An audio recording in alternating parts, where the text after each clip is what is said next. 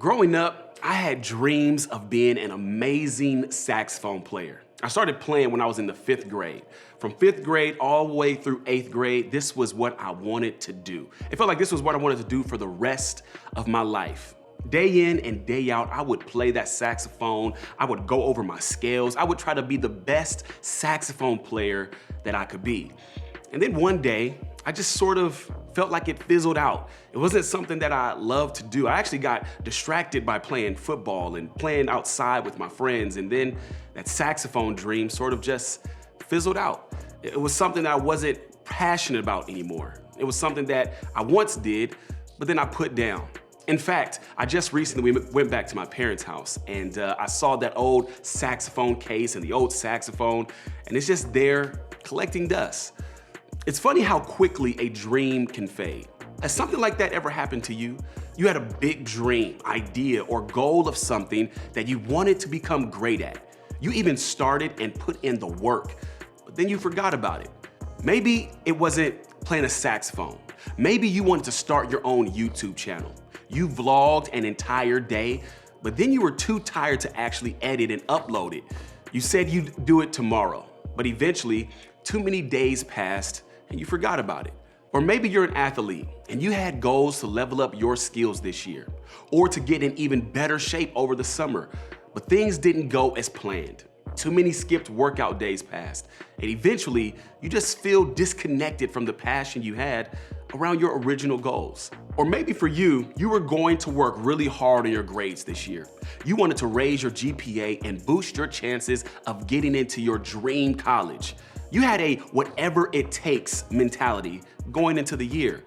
But here you are, months later, not exactly where you want to be. The quickest way for something to go from super important to kind of forgot about it is for it to be out of your sight. Out of sight, out of mind is a real thing. And this just isn't true about activities or goals we have. Think about it when it comes to people, like your friendships. When we lose connection with our friends, we sometimes fill our heads with ideas about things that may have changed since we last saw them. Are we still friends? Are they mad at me for something I said or did? Did they replace me with someone else? Sometimes friendships slowly drift apart. We begin to question things and doubt the friendship, and it all starts with a lack of interaction or time together. What happens with us and a dream we want to accomplish but end up abandoning is the same thing that happens with friends we want to stay close to but end up drifting apart from. We have a goal, we have an end in mind, but without making a habit out of the work to make the goal a reality, the dream dies, the friendship fizzles, things just don't turn out the way we want. Because without making a habit out of spending time with the people we actually care about, or without making a habit out of practicing the skills we need to make the dream come true, we don't accomplish what we want. And here's the thing, many of you may have just started an exciting new relationship with God, or maybe you have been following Jesus for a while, but you don't want to drift apart from him. Or if I had to guess, I would bet some of you have had the same sort of experience with God already. The relationship fizzles. The goal of feeling close to him is never reached. And maybe you have found yourself wondering why that is. Is it because God is invisible or feels far away? Or it seems strange to try to figure out a way to talk to someone that you don't have a text thread with? Or maybe you even wonder if you did something wrong to cause that distance. Whatever idea you have of what you think a relationship with God looks like, maybe it just isn't happening. And it feels a bit like the goal you abandoned and the friendship that just isn't the same. And the question you are asking is this the way it has to be? When he was on earth, Jesus had a moment when he was surrounded by several religious experts. They loved asking him questions, sometimes because they wanted to learn from him, but mainly because they wanted to trip him up. They wanted to catch him saying something that would cause Jesus to lose his influence and ruin his reputation. At one point, one of the religious leaders asked Jesus what the greatest commandment was. These religious leaders thought they understood God and his law better than anyone. They were in no danger of forgetting about God. Following God's rules were front and center of their entire lives. And now, in front of a crowd of people, they asked Jesus, Out of the hundreds of laws and commandments, which would he make number one? Jesus responded with an answer that every one of the teachers and experts of the law would have known by heart because they'd heard it their entire lives. Love the Lord your God with all your heart and with all your soul and with all your mind and with all your strength. Jesus tells us what he wants us to do. Love an invisible God with everything we have. But he doesn't say how at that moment. Later, Jesus uses an illustration to help explain that. John, one of Jesus's followers and friends, records a big conversation between Jesus and his disciples. Jesus knew that while he was visible to his friends at that moment, he wouldn't be much longer. Eventually, he would return to heaven and no longer walk on earth. It didn't mean that Jesus would no longer exist. He would just no longer be visible in the way they had gotten used to. With that in mind, Jesus gives them an illustration. I am the vine. You are the branches. If you remain in me and I in you, you will bear much fruit. Apart from me, you can do nothing. Now, back then, agriculture or farming was as common and popular as cell phones are today. It was a part of everyday life. Everybody knew about farming, vines, and plant life. They would have immediately known that the branch of a plant can only create fruit if that fruit is connected to the nutrients the vine provides. So let's put it in terms we would use today.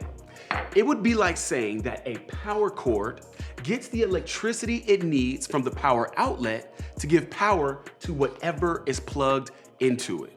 The verse written a little differently would go something like, I am the power outlet. You are the cord. If you remain in me and I in you, you will power many devices.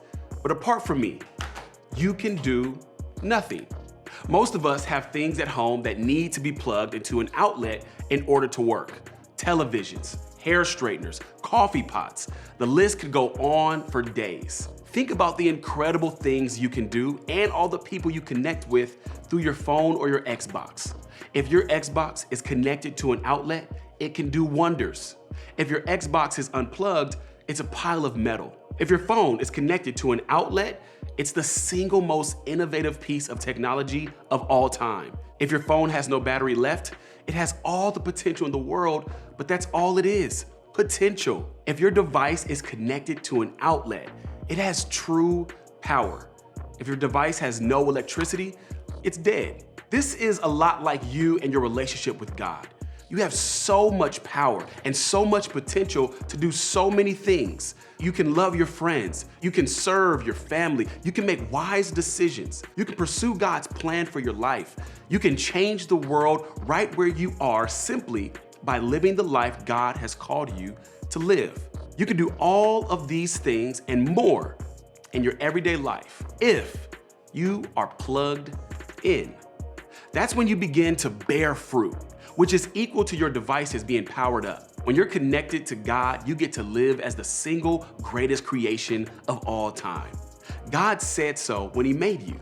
If you aren't connected, you have all the potential in the world, but there's something standing in the way.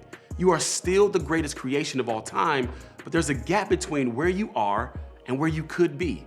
We need to stay connected to God to know God. And we need to know God in order to love God more. And loving God, that's what Jesus said was the most important commandment of all time. In order to love God with everything we are, we need to be connected to him with all that we are. Think of it this way. Connecting with God helps us know him better.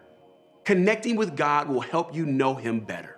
But connecting with an invisible God will take some effort. It will take making connection a habit. Loving God with all our heart, our mind, soul, and strength means that we're putting in the effort over time to make it happen. So how do we do that? Well, there are a lot of ways to connect with God. So we're going to start with one simple idea. Spend time with God. Over the next few weeks, we're going to talk more specifically about ways that you can spend time with God. But this week, I want to give you a challenge to spend 15 minutes with God each and every day. Doing what? Here are some ideas. Listen to worship music and think about God while you do. Go for a walk and pray, talking to God about things you are grateful for or need help with. Write down some prayers, thoughts, or questions in a journal. Read devotionals on YouVersion. Pick one and go for it.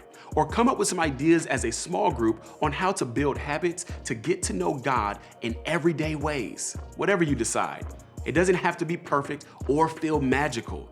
There's one goal and one point of spending time with God: to get to know Him better by connecting with Him, like connecting with a power source. To begin to build into our lives the space for a habit of time spent with God. Just know, whatever you decide to try, it may look different for different people. Because just like there are endless ways that you connect with your friends, seeing them at school, hanging out on the weekends, commenting on their social media, there are endless ways to connect with God. The point isn't how you do it, it's that you do it over and over again, making a habit, a pattern out of time spent with Him. Getting to know and connecting with a God we can't see will take time. It will take creating a habit over time before it starts to feel easier and more natural. But I love this phrase out of the book of James in the New Testament. Come near to God and He will come near to you. There is no magic formula about this. It's just taking the time to make a habit. Over time, we will find ourselves closer to God, and He will feel closer to us. Even though God is with us all the time, the habit of spending time with Him will eventually bring a feeling of closeness we maybe haven't experienced before. Imagine for a second if you made a habit out of connecting with God. What if because of this habit, you felt comfortable with Him, closer to Him?